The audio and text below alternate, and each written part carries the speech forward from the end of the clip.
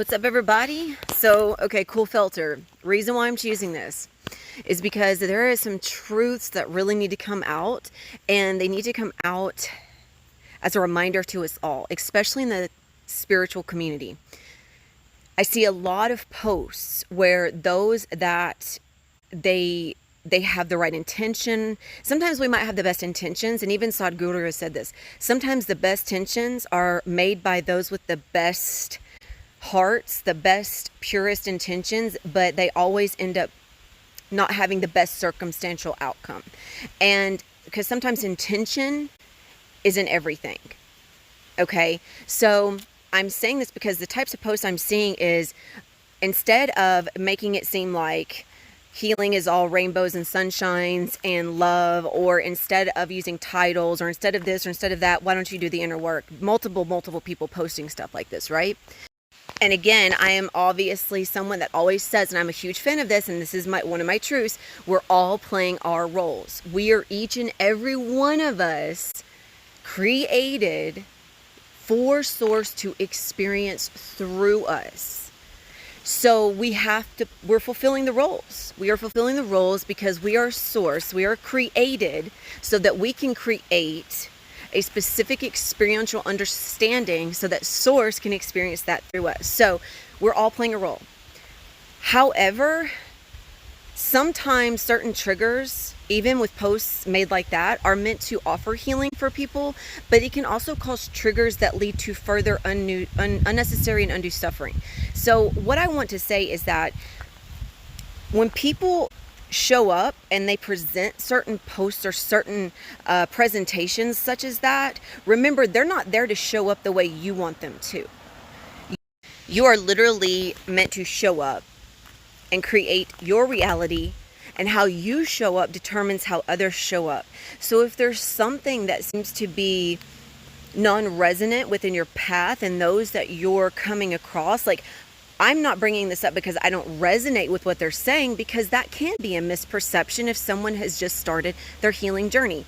Yeah, dark night's the soul, the true healing, that is facing that shadow self, that light self, so many lifetimes of karmic attachment, so many lifetimes of generational trauma. Yeah, it's not pretty.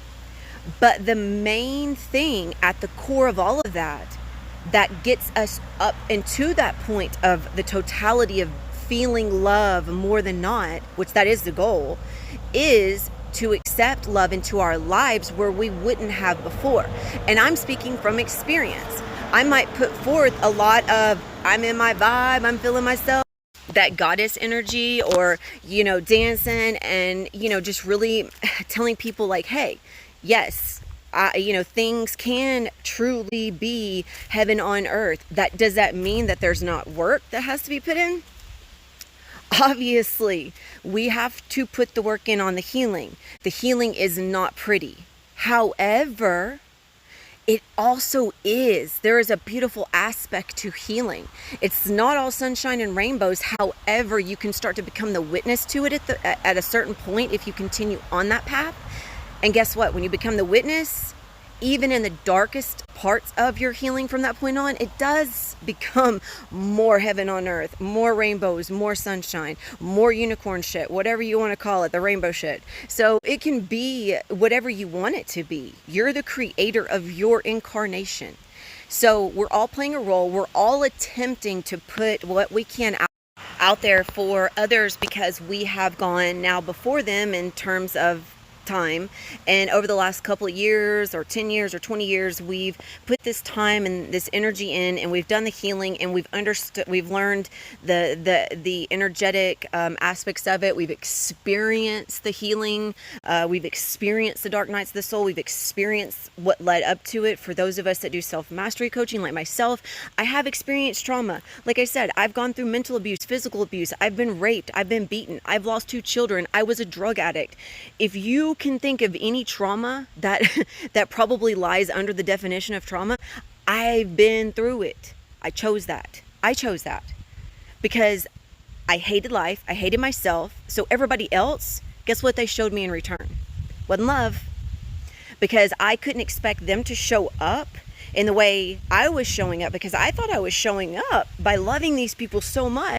and due to my inability to understand emotions in any form, because I had great parents, I had a great upbringing in terms of I didn't want for anything, but I did not gain any kind of understanding. I had no experiential understanding of emotions because I was not in an environment that was emotionally available. So I thought the way to gain trust and love from someone is to give, regardless of whether anybody gave it to me in return, because there was never any understanding of those types of expectations. And so I was my own toxic trait. I was my own character flaw, because this was programmed into me by me in order for me to have to go through the lessons I went through and to go through the suffering, so that when I made it to that final dip, that catalyst into my true birth, which is awakening to our soul. When we are birthed into this world, that's literally our death. We are literally dying. That's our death. Okay, our real birth is when we die, because nobody on this earth or in any incarnation has ever seen a dead man or woman. You guys have we've all seen dead bodies, but we've never seen a dead soul. Now, we might use that terminology to say if someone's soul is cold or they're narcissistic or whatever.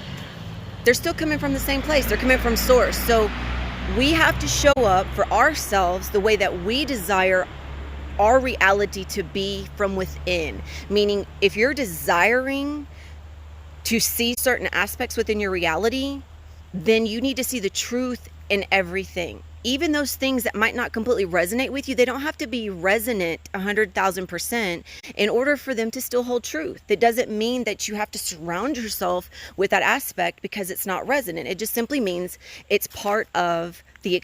So we're all here, we're all experiencing. This is all an experience. This is all a soul growth. This is all lessons.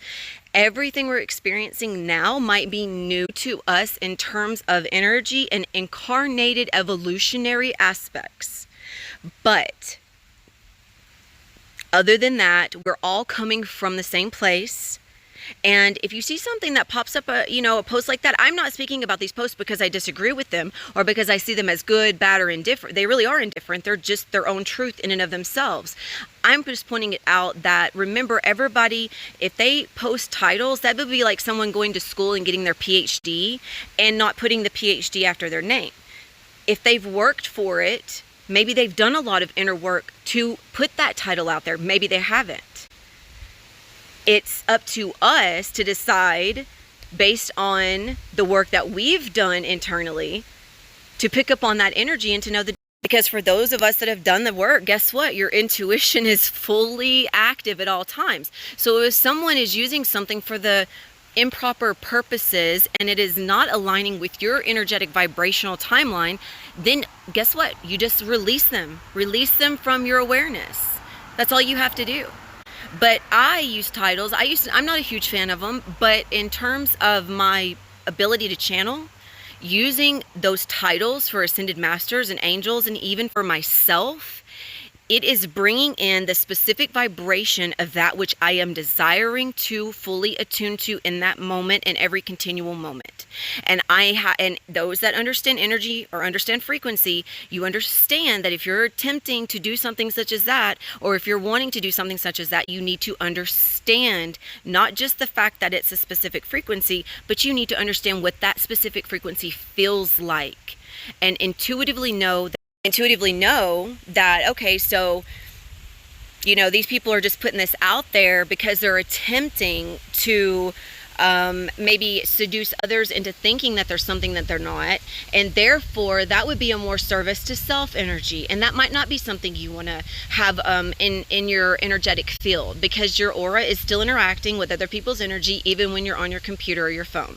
So all of that being said, just know that you show up exactly how you want others to show up. And if others are still showing up in a way that you're not desiring and you're really doing the inner work, then start focusing more on your intuition. Start doing some mindfulness practices. Start sitting with your own inner being and connecting to your inner being, because your intuition will literally, between your intuition and spirit and source, all those looking over you, those people will be removed from your timeline anyways.